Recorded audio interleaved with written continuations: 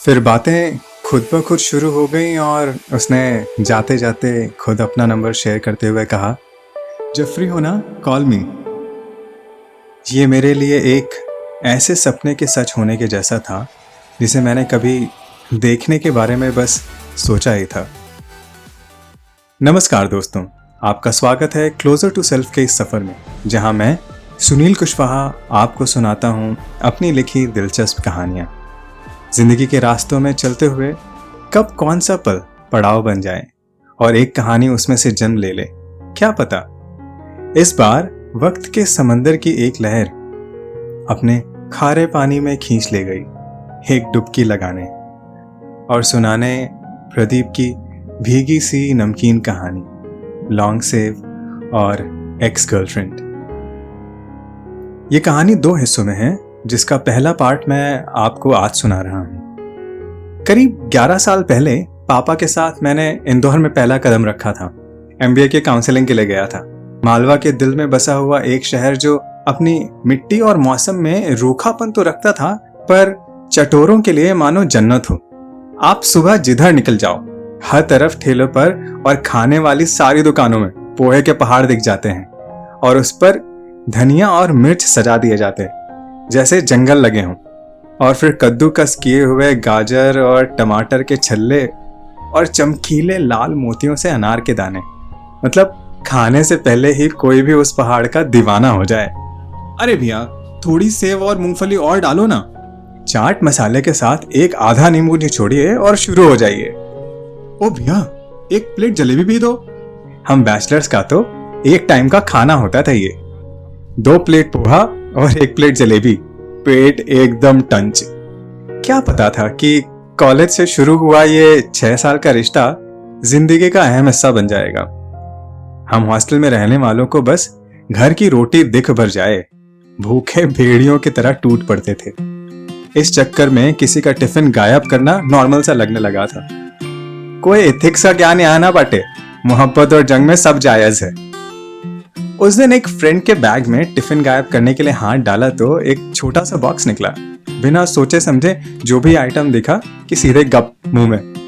पहली बाइट के साथ ही मुंह अंदर से एकदम गर्म होने लगा था और आग के साथ स्वाद जुबान के शुरू होने से लेकर कोने कोने तक फैल गया, फिर सर और धीरे धीरे पांव की उंगलियों तक भी पहुंच गया। 2 मिनट बाद जब नशा काबू में आया तो मैंने पूछा, भाई ये क्या है? तो उसने हंसकर कहा, लॉन्ग सेव। ये मालवा की जान है रे पगले, डबल लॉन्ग सेव भी होती है। मैंने थोड़ा सरप्राइज होते हुए पूछा, तो उसमें क्या होता है? भैया, जब खिलाऊंगा तब जान लियो, सब अभी जानना है क्या तुझे? बाद में पता चला डबल लॉन्ग सेव में थोड़ी ज्यादा ही आग थी, तो अपने बस के बाहर थी। वो बस बड़े वालों के लिए ही थी, मतलब बहुत ही बड़े वाले शौकीनों के लिए। तो फिर नए नए शौकीन इंदौरी चटोरों की तरह मैंने भी अपने बैग में एक छोटा पैकेट सेव, मेरा मतलब लॉन्ग सेव, रखना शुरू कर दिया था। जब मन किया एक शॉट अंदर और जन्नत के दर्शन पूरे। धीरे धीरे पूरे इंदौर के स्नैक्स मार्केट को छानते हुए हर कुछ दिनों में कोई और नमकीन ट्राई करता, पर मेरा दिल तो जैसे अटक गया था लॉन्ग सेव पर। सच्चा वाला कमिटेड। जब तक एकदम एक्स्ट्राऑर्डिनरी ऑफर ना आ जाए तब तक मेरा और लॉन्ग सेव का रिश्ता तो पक्का था, पहले प्यार जैसा। इस जुबान की लपलपाहट के पीछे हॉस्टल के पड़ोस वाले सपना संगीता पर ओम नमकीन्स जाता और महीने भर का स्टॉक एक बार में भर ले आता था। और कभी बिग बाजार गया तो बगल में ही तो है, सो एक चक्कर मारकर कुछ और स्नैक्स उठा लिया करता था। तो दिन भर जो ये मंचिंग की आदत लगी हुई है, उसका पूरा क्रेडिट इस इंदौर शहर को जाता है। पहले पढ़ाई और अब नौकरी। इंदौर से कुछ ज्यादा ही लगाव हो गया था। पैसे कम मिलते थे, पर यह भी अलग ही प्यार था। खाने के इस शौक ने नमकीन वाले के पास एक आइसक्रीम पार्लर तक भी पहुंचा दिया था। एक एक कर सारे फ्लेवर्स ट्राई करने पर फाइनली मैंने अपना आइसक्रीम स्टाइल फिक्स कर दिया था। प्लास्टिक वेस्ट बचाने के लिए कोन में लेना और पहला स्कूप टूटी फ्रूटी और दूसरा स्कूप ब्लैक करंट। मुंह में पानी आ गया ना, मुझे पता है। अब पैसे लिमिटेड थे तो महीने में बस शायद 5 बार ही जाता था। पापा के पैसों से और बाद में थोड़ी सी सैलरी में तो सीमित ही खर्च कर सकता था ना। वो अलग बात है कि गुड़गांव शिफ्ट होने के बाद पीजी में रहने लगा था। तब मैं और एक पीजी मेट दोनों रोज रात को डिनर के बाद एक डिफरेंट आइसक्रीम जरूर खाते थे, कभी खुद के पैसों से और कभी किसी से स्पॉन्सर करा के, बट खाना है तो खाना है। चलिए वापस इंदौर चलते हैं। स्नैक्स की दुकानों में टेस्ट करने के लिए सैम्पलर रखे होते थे। उस दिन मैं कुछ नया ट्राई कर रहा था। अचानक बगल से एकदम दहलाने वाली आवाज आई, यही तो चाहिए था। सब पलटकर उस आवाज की तरफ देखने लगे। कांधे से थोड़ा नीचे तक जाते काले बाल और कुछ सुनहरे कलर की हुई उसमें लटें, काजल वाली सुंदर आंखें, हल्की सांवली सी सलोनी सी, लाल काला प्लेन कुर्ता पहने हुए एक लड़की जोर से चीख पड़ी थी। आंखें एकदम भिजी हुई थी अभी भी, और जैसे कुछ सेकंड्स के बाद उसकी आंख खुली तो झेंपते हुए अपनी सहेली से पूछती है, क्या हुआ था, सब ऐसे क्यों देख रहे हैं मुझे? उसकी सहेली ने हंसकर बोला, कुछ नहीं, चल ऑर्डर कर। और वो लॉन्ग सेव का 1 किलो का पैकेट लेकर चली गई। मेरा तो काम लग गया था उस पर। मैं बस उसे ही देखता रह गया और एक दीवानों वाली मुस्कान मेरे चेहरे पर जैसे फ्रीज हो गई हो। कैमरे के ऑटो ट्रैकिंग फोकस फीचर की तरह आंखें उसके पीछे पीछे चलती गईं जब तक कि वो चौराहे से बाएं न मुड़ गई। कितनी पागल है ना, बिल्कुल मेरे जैसी।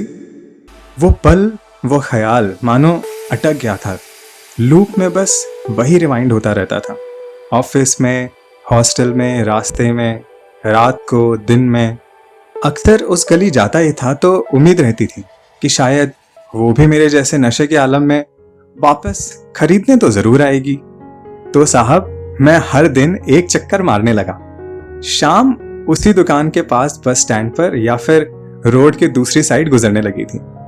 खैर 4.5-5 किलोमीटर की वॉक तो जरूर हो रही थी, पर टेंशन की वजह से हेल्थ पर उल्टा असर पड़ रहा था और रोड की धूल भी तो फांक रहा था रोज। वो कहाँ जाएगी? ओ प्रदीप, तू यहाँ क्या कर रहा है?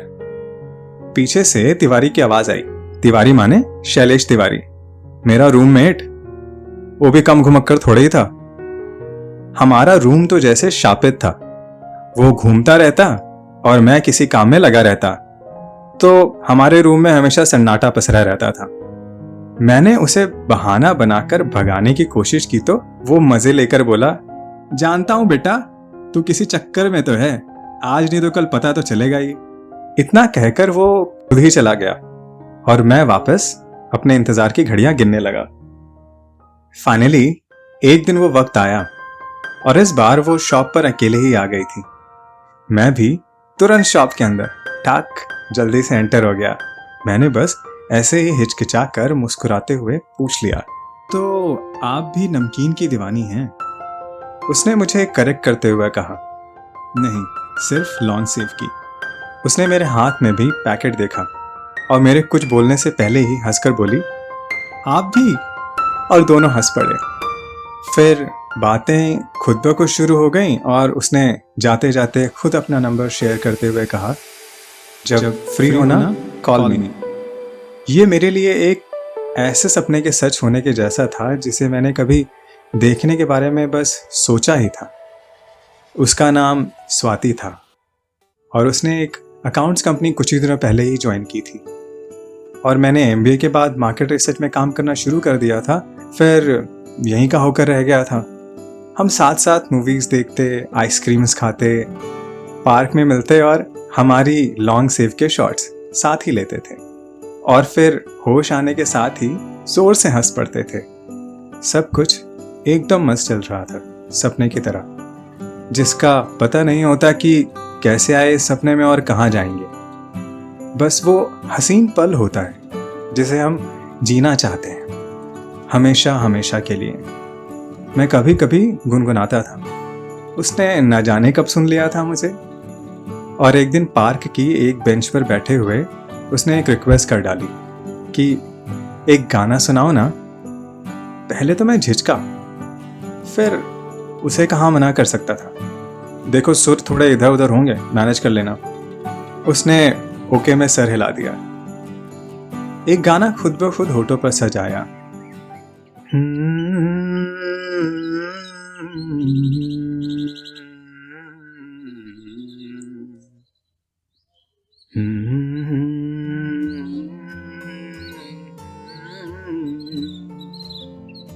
कैसे मुझे तुम मिल गई,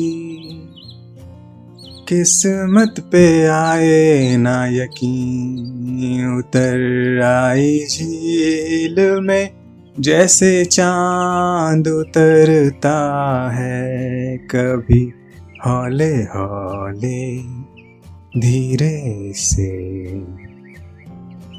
गुनगुनी धूप की तरह से तरन्नुम में तुम छू के मुझे। मैं गाता रहा और उसने मेरे दाएं कंधे पर सर रख दिया और मेरे दोनों हाथों को अपने मखमली हथेलियों में समेट लिया। फिर धीरे से अपनी लताओं सी उंगलियों को मेरी उंगलियों के इर्द गिर्द लपेट दिया था। मैं मानो अपने सपनों के जहां में बेसुध बेकाबू सा दूर कहीं निकल गया था, कभी वापस ना आने के लिए। अक्सर सिर्फ सपनों में बहते जाने वाले लोग कब डूब जाते हैं उन्हें पता भी नहीं चलता और सांसें अगले पल की भी मोहताज हो जाती। बिरले ही होते हैं जो उससे निकल पाते हैं। प्रदीप की जिंदगी में भी कुछ ऐसा ही होने वाला था। आगे क्या हुआ जानने के लिए सुनिए इस कहानी के पार्ट 2 में। तो आज का पड़ाव यहीं तक। कैसी लग रही है ये कहानी आपको? अपने कमेंट ज़रूर दें और अच्छी लगी हो तो लाइक शेयर और सब्सक्राइब करें। और हाँ, बेल आइकॉन पे भी टैप कर दें ताकि जब भी नई कहानी आए तो आपका फ़ोन आपको तुरंत बताए। अपना ख्याल रखिएगा। धन्यवाद।